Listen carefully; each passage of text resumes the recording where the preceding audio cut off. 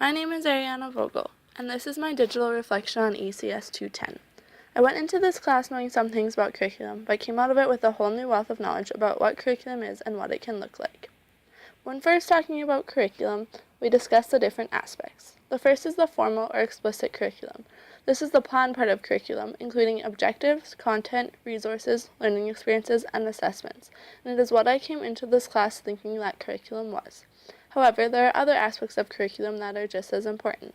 There is the hidden curriculum, what students learn that is not part of the explicit curriculum, the null curriculum, what is not taught in schools, and curriculum according to place, grounded in relevant experiences, communities, local events, and culture. Curriculum is constantly evolving and changing, and in class we discussed two different developers of curriculum, Franklin Bobbitt and Ralph Tyler. Bobbitt was focused on creating a system for delivering curriculum that would prepare students for their roles in societies. We still see the influence of Bobbitt today in the structure of schooling. Tyler's rationale is a technical approach to curriculum, focused on four areas: the educational purposes that schools seek to attain, the experiences that can lead to attaining these things, how educational experiences can be efficiently organized, and how we can evaluate whether students are attaining what is expected.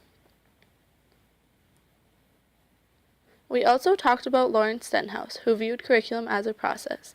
He defined curriculum as an attempt to communicate the essential principles and features of an educational proposal in such a form that it is open to critical scrutiny and capable of effective translation into practice. When thinking about curriculum, one does not necessarily think about how it has developed over the years.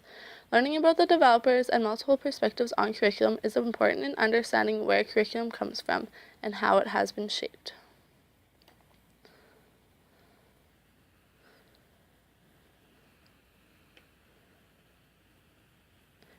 We also discussed Kumashiro and the idea of curriculum as common sense.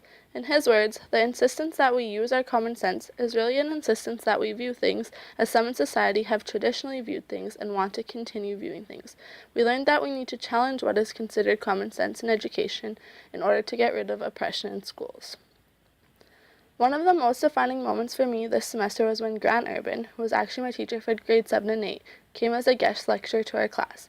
Grant talked about the difference between curriculum as planned and curriculum as lived, but also about how there is connection between the two. It is our responsibility as teachers to teach the planned curriculum, but we need to recognize the connection with lived curriculum and to acknowledge that it exists in our classroom.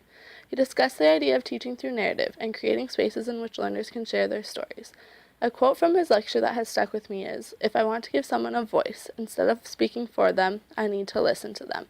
It was so great to listen to what Grant had to say 7 years after being a student in his classroom, and so much of what he said really resonated with me.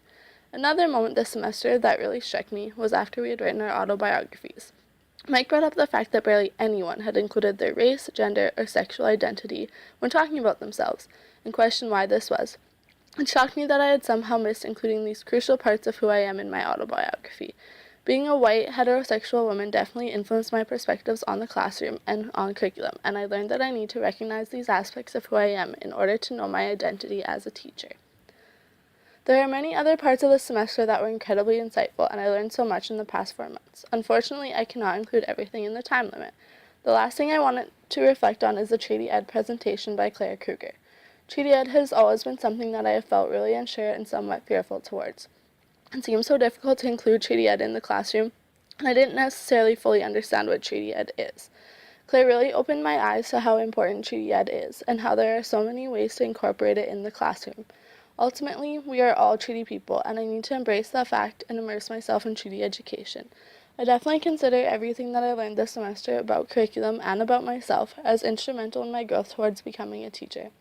I want to be a teacher that is approachable and that can make learning relevant and enjoyable for every student in my classroom.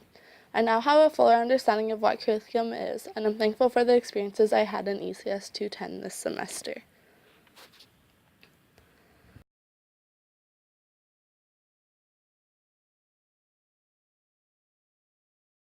Created using Powtoon.